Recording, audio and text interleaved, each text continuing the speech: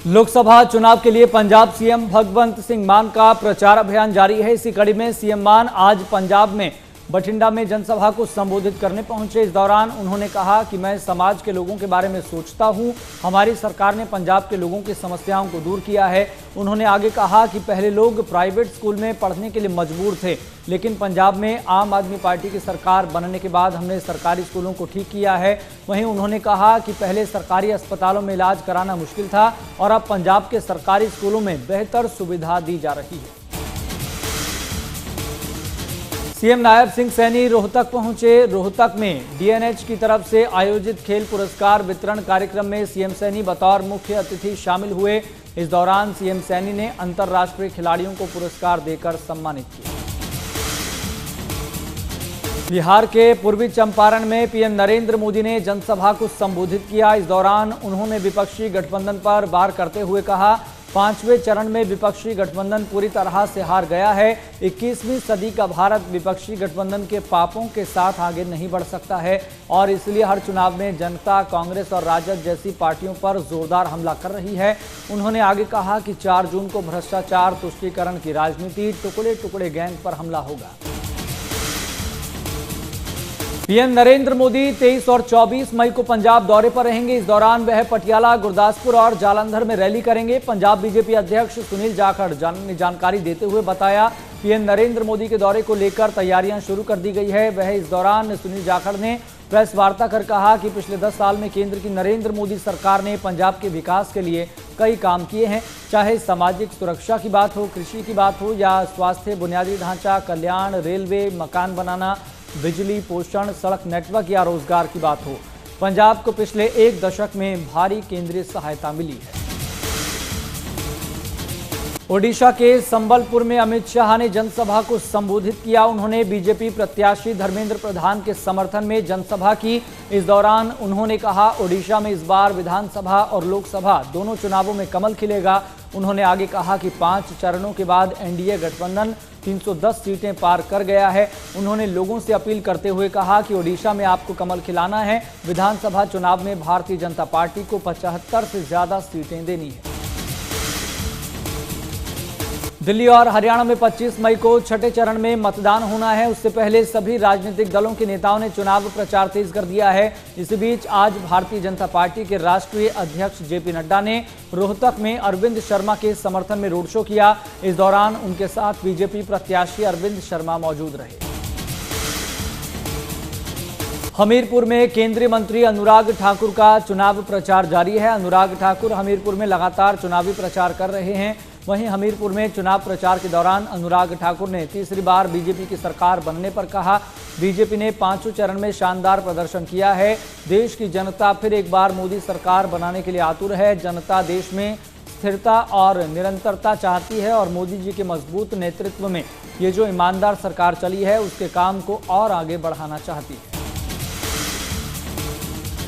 UP के CM Yogi Adityanath ने श्रावस्ती में चुनावी रैली को संबोधित किया। इस दौरान सीएम योगी ने विपक्ष पर वार करते हुए कहा, 5 चरण के चुनाव संपन्न हो चुके हैं, अब हर कोई चाहता है कि फिर एक बार मोदी सरकार। उन्होंने आगे कहा कि जब लोग कहते हैं 400 पार तो विपक्षी गठबंधन के नेता घबरा जाते हैं और अब वे वोट के लिए देश विरोधी बन रहे हैं। वे ओबीसी, एससी, एसटी के अधिकारों से बचने की कोशिश कर रहे हैं। देश में जो बदलाव हुआ है वह पीएम नरेंद्र मोदी की वजह से हुआ है। करनाल लोकसभा से बीजेपी प्रत्याशी और पूर्व मुख्यमंत्री मनोहर लाल ने समालखा में रोड शो किया। ये रोड शो समालखा विधानसभा के 15 गांव से गुजरा, जो गांव पावती में खत्म हुआ। इस दौरान उन्होंने जनसभा को संबोधित किया। उन्होंने जनसभा को संबोधित करते हुए कहा कि 10 साल पहले की सरकारों में नौकरियों की बोली लगती थी, नेता मंत्रियों के चक्कर काटने पड़ते थे, मगर बीजेपी सरकार में घर बैठे योग्यता के आधार पर नौकरी मिली है। उन्होंने आगे कहा कि बीजेपी की हरियाणा सरकार ने किसानों की 14 फसलें एमएसपी पर खरीदनी शुरू की। पेमेंट सीधे किसानों के खाते में जाती थी। तो वहीं सिद्धार्थनगर में सीएम योगी ने जनसभा को संबोधित किया। इस दौरान उन्होंने कांग्रेस पर वार करते हुए कहा, कांग्रेस के समय में तत्कालीन प्रधानमंत्री कहा करते थे कि 100 पैसे भेजते हैं, नीचे केवल 15 पैसा पहुंचता है। लेकिन आज ये स्थिति नहीं है। आज तो आपके पास जनधन अकाउंट है, पैसा सीधे आपके अकाउंट में आता है। उन्होंने आगे कहा कि हम लोग लखनऊ में एक क्लिक करते हैं, अगले ही क्षण आपके पास पैसा आ जाता है।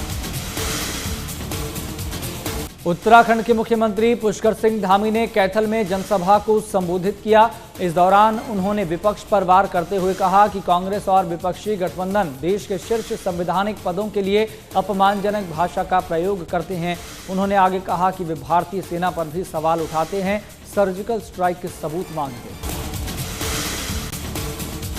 फरीदाबाद लोकसभा सीट से भाजपा प्रत्याशी और केंद्रीय राज्य मंत्री कृष्णपाल गुर्जर ने कहा 23 मई को पलवल जिले के खादर में रक्षा मंत्री राजनाथ सिंह एक विशाल जनसभा को संबोधित करने जा रहे हैं, जिसे लेकर पलवल जिले के लोगों में काफी उत्साह है।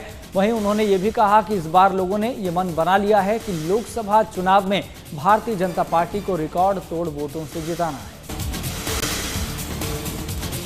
फरीदाबाद के बल्लभगढ़ में निवर्तमान पार्षद बुद्धा सैनी की तरफ से एक विशाल जनसभा का आयोजन किया गया, जिसमें बीजेपी प्रत्याशी कृष्णपाल गुर्जर विशेष तौर पर शामिल हुए।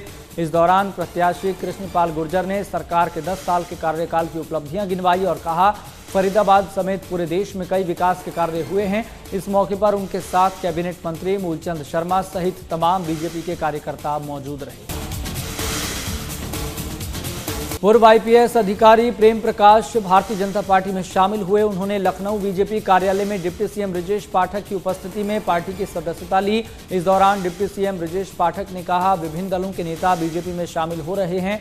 आज पूर्व आईएएस प्रेम प्रकाश पीएम नरेंद्र मोदी की नीति और उत्तर प्रदेश में बीजेपी सरकार द्वारा किए गए कार्यों को देखकर आज उन्होंने बीजेपी ज्वाइन की। उन्होंने आगे कहा कि सभी 5 चरणों में बीजेपी एक तरफा जीत रही है। यूपी में बीजेपी 80 की 80 सीटें जीतने जा रही है।